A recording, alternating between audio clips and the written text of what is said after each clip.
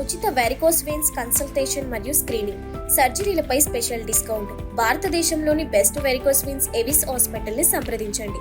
మరింత సమాచారం కోసం ఈ నంబర్కి కాల్ చేయండి. నా పేరు డాక్టర్ సిఎల్ వెంకట్రావు. మనకు బియ్యంలో రకరకాలు ఉన్నాయి, రంగుల్లోనే మార్పు ఉంది. ఈ రోజున ప్రధానంగా మనం అనారోగ్యం బారిన పడటానికి, షుగర్ రావడానికి కారణం తెల్లగా మల్లెపూలా ఉండే బియ్యం తినటమే. మన పూర్వీకులు ఈ రైస్ మిల్లులు కూడా లేనప్పుడు దంపుడు బియ్యం వాడేవారు. దంపుడు బియ్యం వాడినంతకాలం మనకు జబ్బులు రాలా.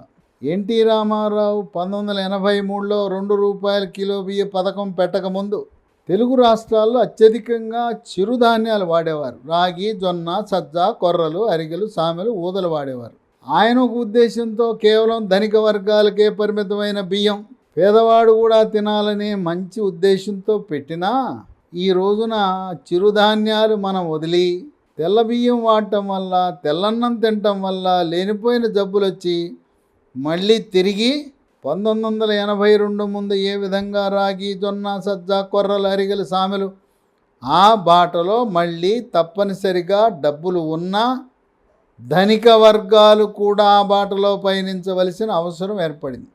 బియ్యంలో తెల్ల బియ్యం కాకుండా బ్రౌన్ రైస్ ఉంది. బ్రౌన్ రైస్ చాలా మంచిది ఆరోగ్యానికి. దాంట్లో పోషక విలువలు ఉంటాయి, దాంట్లో పీచు ఉంటుంది, తవుడు ఉంటుంది. అది కాకుండా బ్లాక్ రైస్, ఒకప్పుడు మణిపూర్లో పండించేవారు ఈ బ్లాక్ రైస్ని తెలుగు రాష్ట్రాల్లో, ప్రస్తుతం తెలంగాణ, ఆంధ్రప్రదేశ్ రాష్ట్రాల్లో కూడా పండిస్తున్నారు.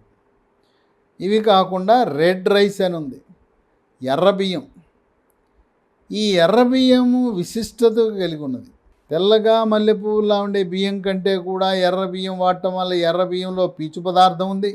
ఎర్ర బియ్యంలో విటమిన్లు, vitamin B1 thiamine, vitamin B2 riboflavin, vitamin B5 pantothenic acid, vitamin B6 pyridoxine, vitamin B9 folic acid, choline, ఇవన్నీ ఉన్నాయి.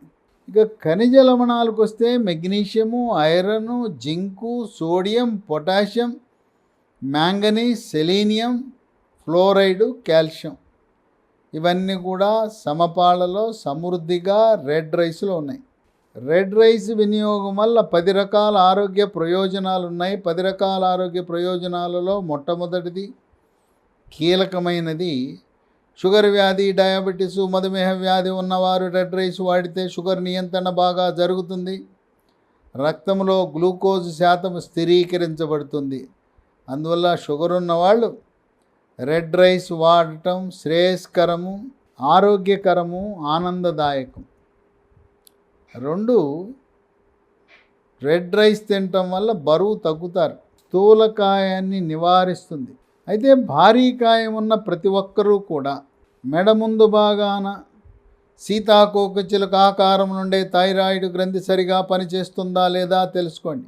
రక్తంలో T3, T4, TSH అనే పరీక్ష చేసినప్పుడు T3, T4 తగ్గినా, TSH పెరిగినా థైరాయిడ్ మందకొడిగా పనిచేస్తుందని గమనించి ఎండోక్రైనాలజీ సూపర్ స్పెషలిస్ట్ని సంప్రదించి థైరాయిడ్ ట్యాబ్లెట్లు పరగడుపున జీవితకాలము 25 మైక్రోగ్రాముల నుంచి 200 మైక్రోగ్రాముల వరకు ఎండోక్రైనాలజీ సూపర్ స్పెషలిస్ట్ యొక్క సలహా మేరకు మాత్రమే డోసు పెంచడం, డోసు తగ్గించడం, ఏ మార్పులు జరిగినా ఎండోక్రైనాలజిస్ట్ సలహా మేరకే జరపాలి.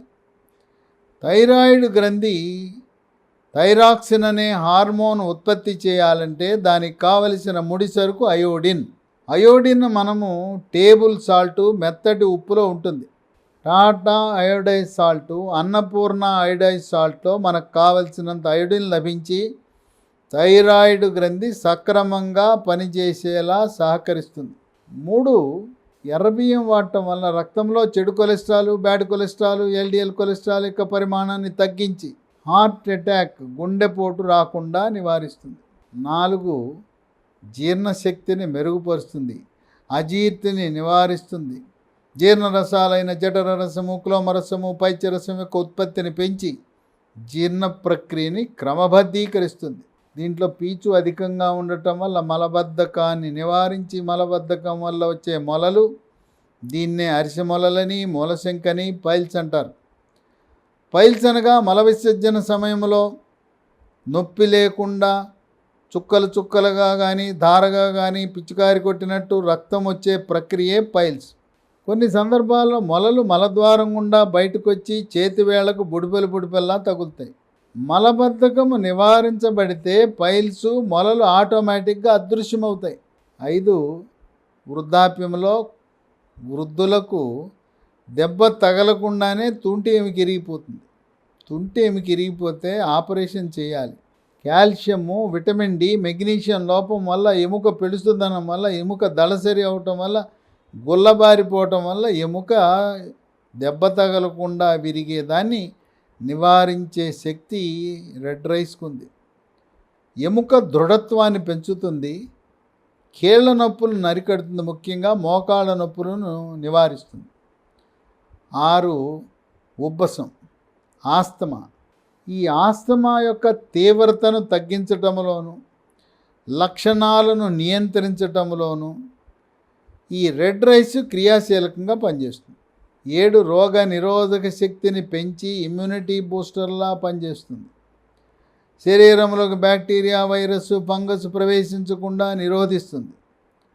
అంటువ్యాధులైన అతిసార వ్యాధి, గ్యాస్ట్రోఎంట్రైటిస్, వాంతులు, విరోచనాలు, కలరా, కామెర్లు, టైఫాయిడ్, టీబీ, క్షయ, స్పాంజిలా ఉండే ఊపిరితిత్తులు గడ్డగట్టుకునే ప్రక్రియని వైద్య పరిభాషలో నిమోనియా అంటారు. అంటువ్యాధులు ప్రబలకుండా కాపాడుతుంది. కోవిడ్ మహమ్మారి virus, monkey pox virus, Zika virus, Nipah virus, chicken pox, flu virus, chikungunya, dengue వైరస్సుల యొక్క ప్రభావాన్ని వీలైనంత తగ్గించి వైరస్సులు విలయతాండవము చేయకుండా కాపాడుతుంది. 8. రక్తహీనతనే వైద్య పరిభాషలో అనీమియా అంటారు. ఎముక మూలుగు నుంచి ఎర్ర రక్త కణాలు ఉత్పత్తి అవుతాయి. ఎర్ర రక్త కణాల్లో ఉండే హీమోగ్లోబిన్ తగ్గి మహిళలకు నెలసరి సమయంలో పీరియడ్స్లో రక్తం పోవటం వల్ల రక్తహీనత వస్తుంది. బాలింతలకి గర్భవతులకు కూడా రక్తహీనత ఉండే అవకాశం ఉంది. కనుక ఎర్ర బియ్యం వాడటం వాళ్ళకు కూడా మంచిది. 9. చర్మ సౌందర్యాన్ని కాపాడుతుంది. చర్మము కాంతివంతంగా నిగనిగలాడుతుంది, మెరిసిపోతుంది. ముఖం కళగా ఉంటుంది. ముఖం మీద మొటిమలు రావు. చర్మంపై పొక్కులు, గుల్లలు, సెగ్గడ్డలు, గజ్జి, తామర రాకుండా నివారిస్తుంది. వివాహము కాని యువతీ యువకులు రెడ్ రైస్ తింటే మీ అందం, ఆకర్షణ, గ్లామర్, అట్రాక్షన్ రెట్టింపు అవుతాయి. 10. మెదడు యొక్క పనితీరును మెరుగుపరిచి ఏకాగ్రతను పెంచి జ్ఞాపక శక్తి వృద్ధి చెందుతుంది. వృద్ధాప్యంలో వచ్చే ఆల్జీమర్స్ వ్యాధి త్వరితగతిన రాకుండా నివారిస్తుంది. రెడ్ రైస్ వినియోగం వల్ల 10 రకాల ఆరోగ్య ప్రయోజనాలు ఉన్న వాటన్నిటిలో కీలకమైనది డయాబెటీస్, మధుమేహ వ్యాధి నియంత్రణకు ఈ రెడ్ రైస్ అనేది క్రియాశీలకంగా ఉపయోగపడుతుంది.